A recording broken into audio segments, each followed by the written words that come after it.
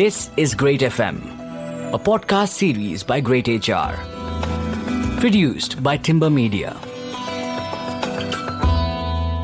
Not to start today with a cliche, but these days have got me thinking that change really is the only constant, the only thing that we can take for granted in life. Think about it. We've got economic shifts, rapid advances in AI, evolving workforce expectations, and changing regulations that mean organizations can no longer afford to prepare only for the next disruption. Welcome to Great FM, everyone. Ahalya here. And getting back to the point, organizations need to spend every moment of every day building walls so strong that they're able to withstand any disruption that comes their way. This seems like a mammoth task, but it is one that has to be undertaken. In the Middle East, this challenge is even more nuanced. Organizations are balancing ambitious national transformation agendas, diverse multicultural workforces, increasing localization efforts, and the need to remain globally competitive all at the same time. No pressure. So perhaps the question for HR is no longer how do we develop talent, but how do we build a workforce that can adapt, recover, and continue performing through constant change? It's a big question, but one that we're going to explore on today's episode. So what workforce resilience really means in today's Middle East, not by chance, but by intent. To walk us through how one can make this mammoth task a reality, let's welcome Kris Sasitharan, Head of HR Meta India and APAC at Emeritus. He's an executive MBA qualified multi-geo, multi-industry HR leader with over 20 years of experience, and honestly the perfect voice to have on the show. Welcome, Kris. Thank you so much for being with us today. Thanks very much, Ahalya. It's a pleasure to join Great FM and do this podcast. And thank you for your kind and very flattering introduction. Appreciate that. The flattery is going to continue because, a quick look at your profile, and you've also lived, worked, and covered markets in the UK, Asia, Central and Eastern Europe, Middle East, Africa.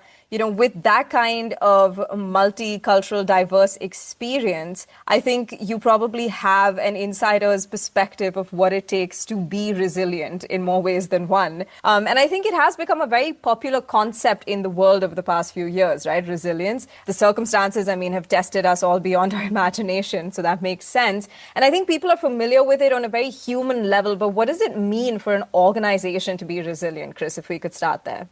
Yeah, sure. Look, I guess there's probably a dictionary definition of resilience, but from an organizational standpoint, we've always spoken about endurance, surviving, and words like that. From my perspective, I think resilience is very different. It's about being able to deal with all sorts of setbacks, anything that's unplanned, anything that's one hasn't foreseen.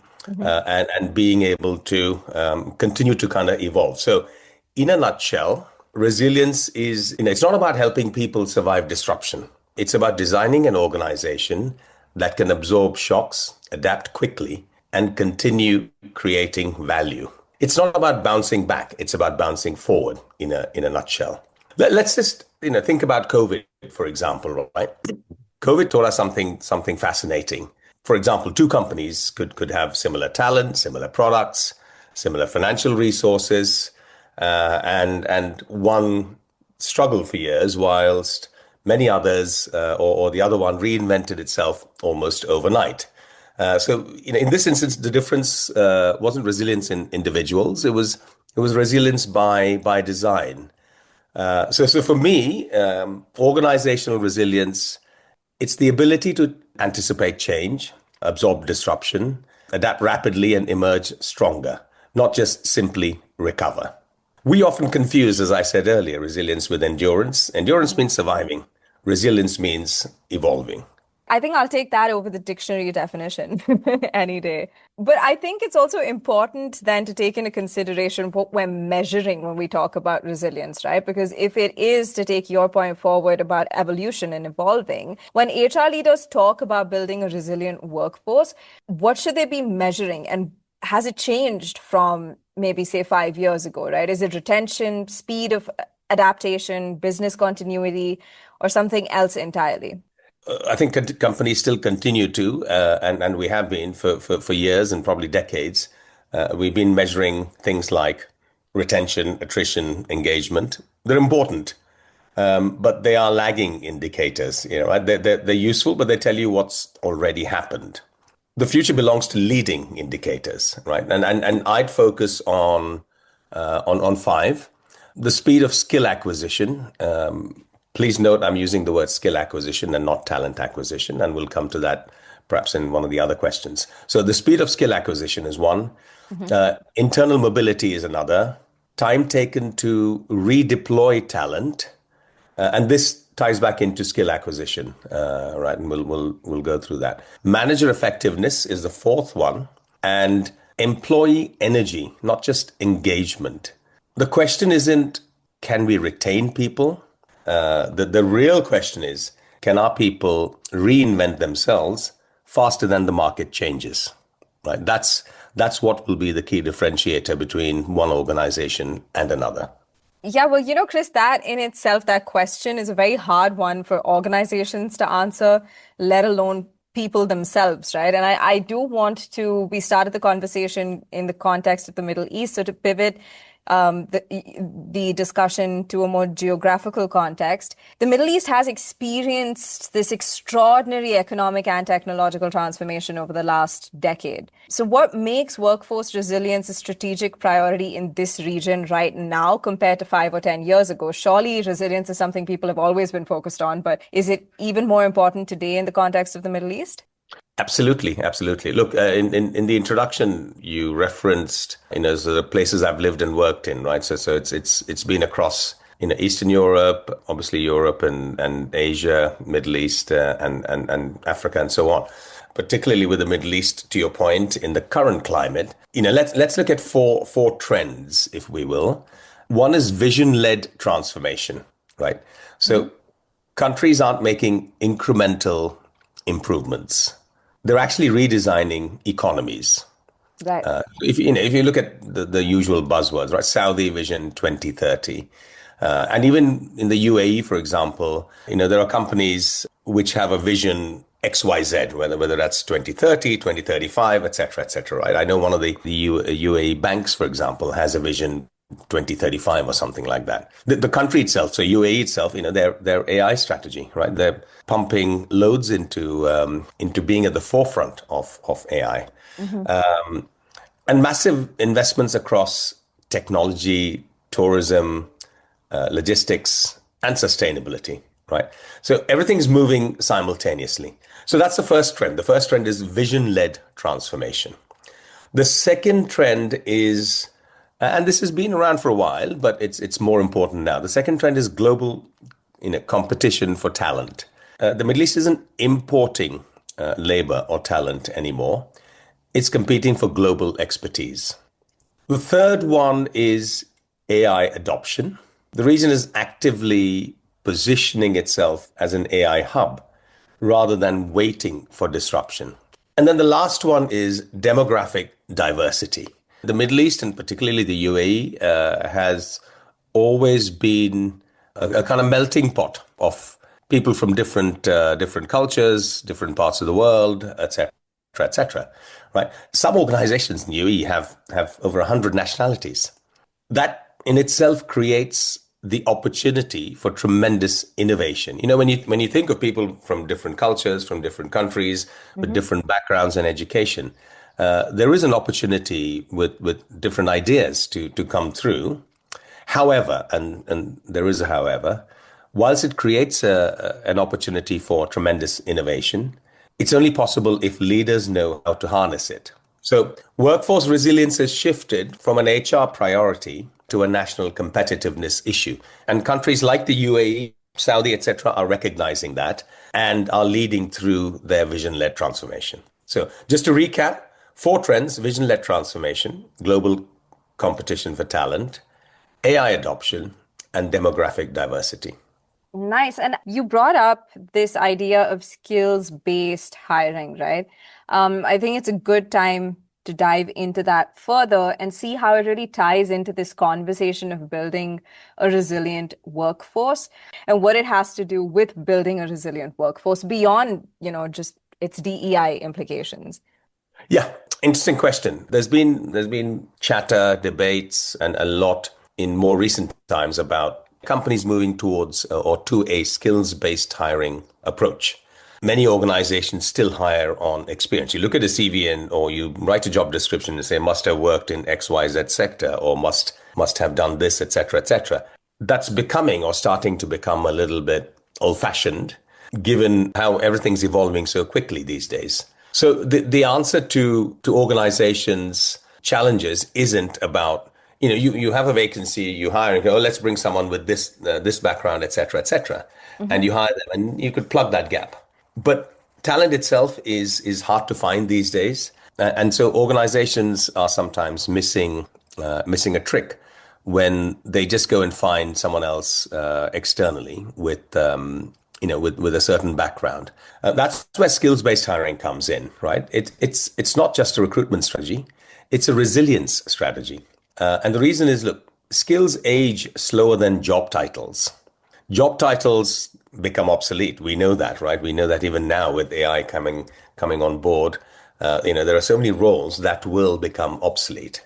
But what remains is a capability, right? Capabilities evolve. So if you recruit people for learning agility instead of experience alone, you will build an organization that can pivot much faster. And one thing that many organizations, I don't want to name them, but many organizations, some large organizations, and even one of my ex-employers, one of the things that they're doing is that they work through something called internal talent marketplaces, right? So rather than buying every new skill externally, they move talent internally, right? So somebody may not have a background in XYZ, but they'll have a skill that they can offer you. And when that exists in your organization, why would you go and try and plug that gap by hiring externally, right? Yeah.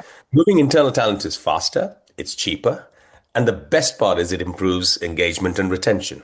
Absolutely. So, that's the beauty of skills-based hiring. Now, of course, you can also hire, outside hires or external hires through the same approach, but it's important to distinguish between experience and skills-based hiring. Yeah, that's a very interesting connection that you've drawn. I think it would be unwise to leave AI out of the conversation because this phenom, even internal talent marketplaces, even skills acquisition has, I think, accelerated with the AI disruption, right? I mean, it's changing jobs faster than organizations can even rewrite their job descriptions. So I think I'd also like to pivot the conversation to how AI can possibly help build resilience. It is the disruptor. It's always viewed as the disruptor, but can it actually help build resilience? Look, let's start by avoiding this fear that everyone seems to have that AI is replacing people. AI isn't, at least in my view, AI isn't replacing people. It's replacing tasks, roles, things that people do on a day-to-day basis. And it's doing it in a better fashion, right? So it would be unwise to ignore AI because it helps the organization become more efficient. Let's look at it from a slightly different lens, right? Let's say that AI changes work. It changes what you and I do every day. And it hopefully enriches what you and I do because it takes care of some of the things that are probably quite mundane, repetitive, and so on. It makes your job and my job more interesting. So AI changes work. Mm-hmm. So what does a resilient organization do? It asks a different question. A resilient organization doesn't say which jobs disappear. Instead, they say which work becomes more valuable. And so if you look at it from that lens, then AI helps resilience because it predicts workforce risks. It has the ability to identify future skill gaps. It personalizes learning, right? One of the best things about AI is we can customize things at scale, right? So it personalizes learning. We all know what it does. It automates repetitive work, right? That's clear, very clear to most people. And by doing all of this, it improves workforce planning.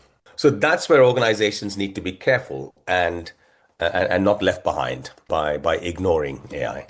Yeah, I mean, there's a reason I called it a mammoth task at the start of this conversation because there's so much that goes into building a resilient organization. I think you've raised some really valid shifts in, the questions that we're asking of ourselves and of our organizations.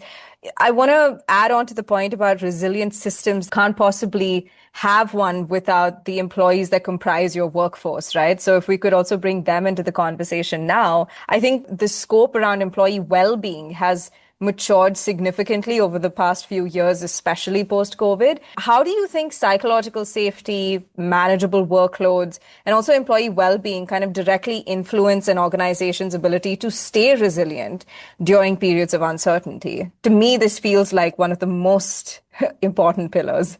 Yeah, you're right. Look, I mean, take that word well-being, right?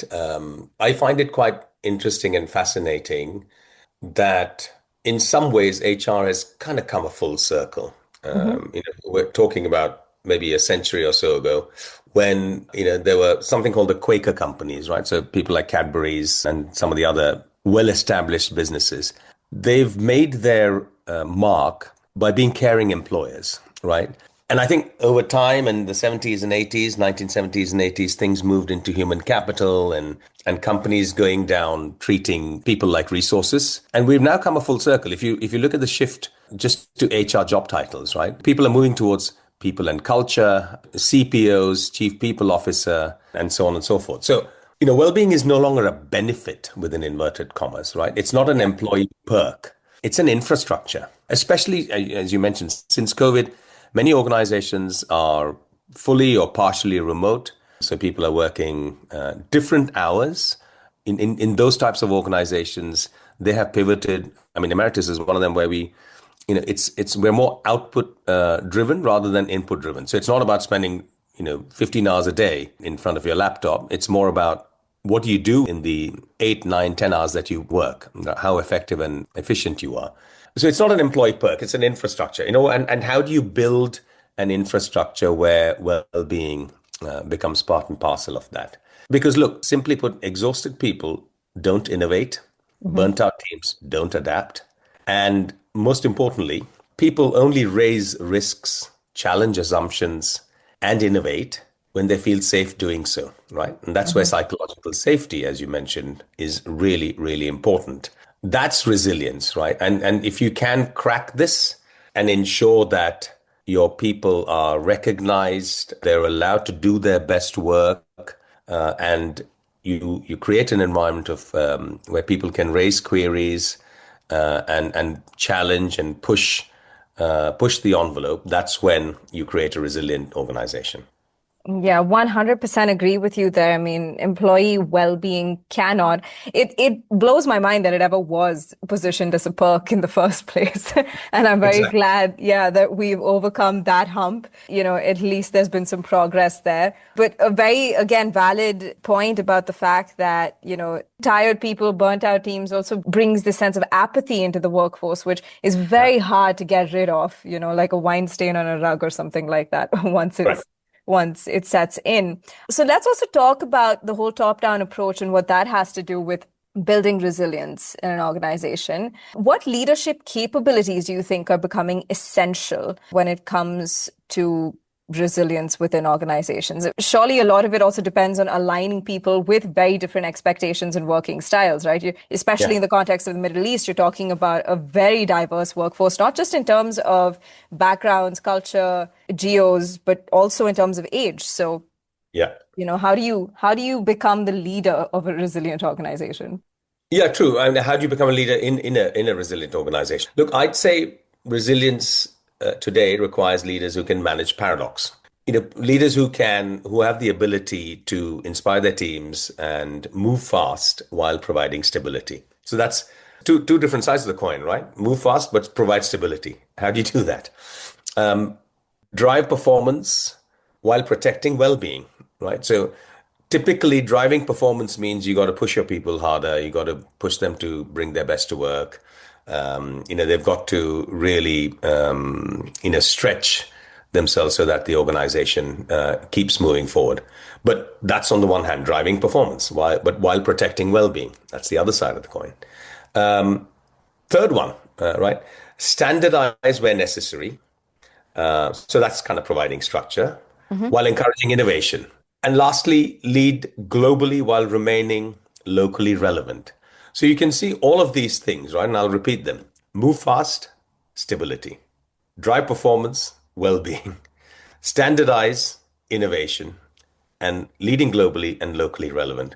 They are two completely opposite sides of the spectrum. But leaders these days in organizations need to be able to do this constantly.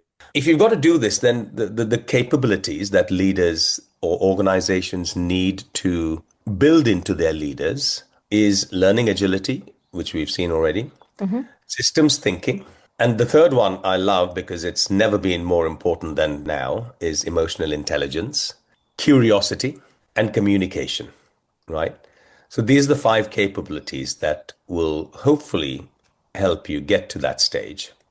Nowadays, what's expected from the leader is not to have all the answers, but to build a team that can collectively figure out the right answers and ask better questions.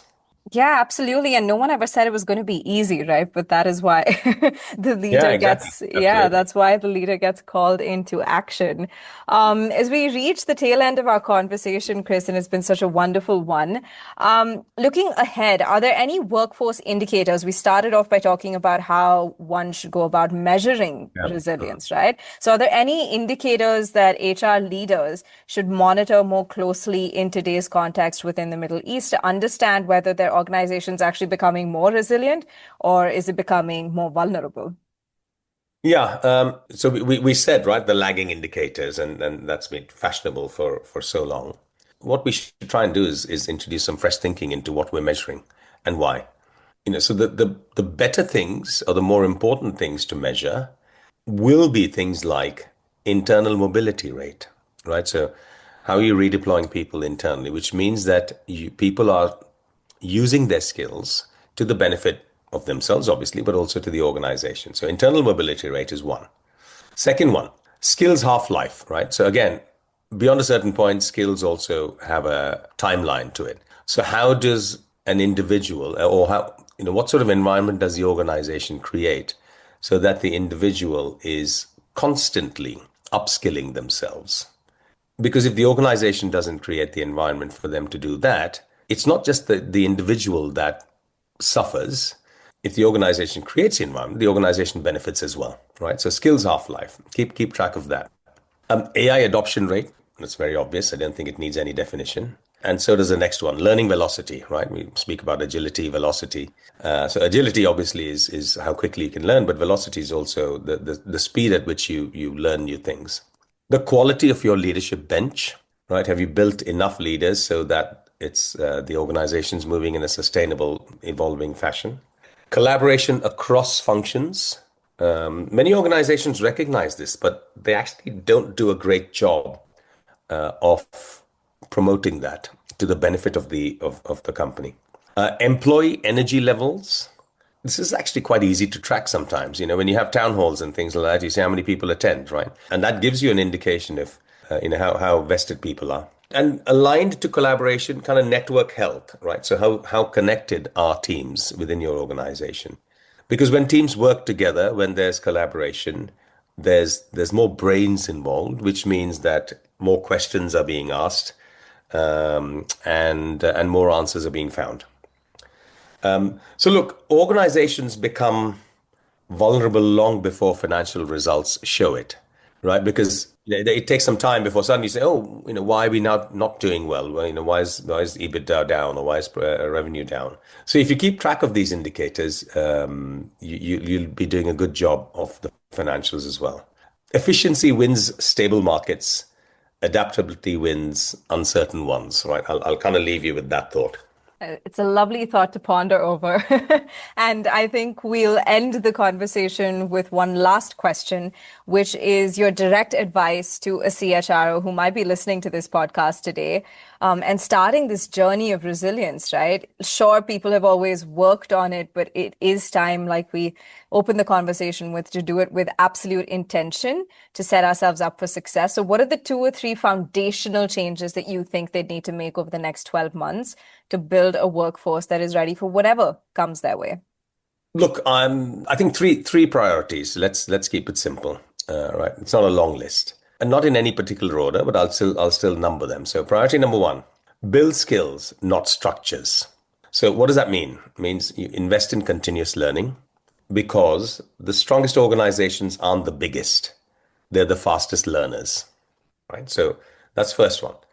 Next one, redesign leadership. Develop adaptable leaders rather than technical experts alone. In the past, again, as I said, people were hired because they were fantastic at something that was quite technical. With AI coming on board now, technical expertise or the value of technical expertise is diminishing to some extent. So develop adaptable leaders rather than technical experts alone. I'm not saying technical expertise is not important, but adaptability is equally important or probably more important. And the last one, use AI to augment people, not replace them. We've spoken about this already, right? Technology should increase human capability, not diminish it. Right, so we often ask our whether our organizations are ready for the future, but the better question is whether our people can continuously create the future. I'll leave you with that. Again, a very valuable thought to ponder over, as much of this conversation has brought to the table. Kris, thank you so much for being with us and lending your voice to Great FM. Yeah, a super valuable conversation, and I hope everyone listening has taken something from it. Lots to think about. Thank you for being here. Thanks for having me on the podcast. Appreciate it. This is Great FM, a podcast series by Great HR. Produced by Timber Media.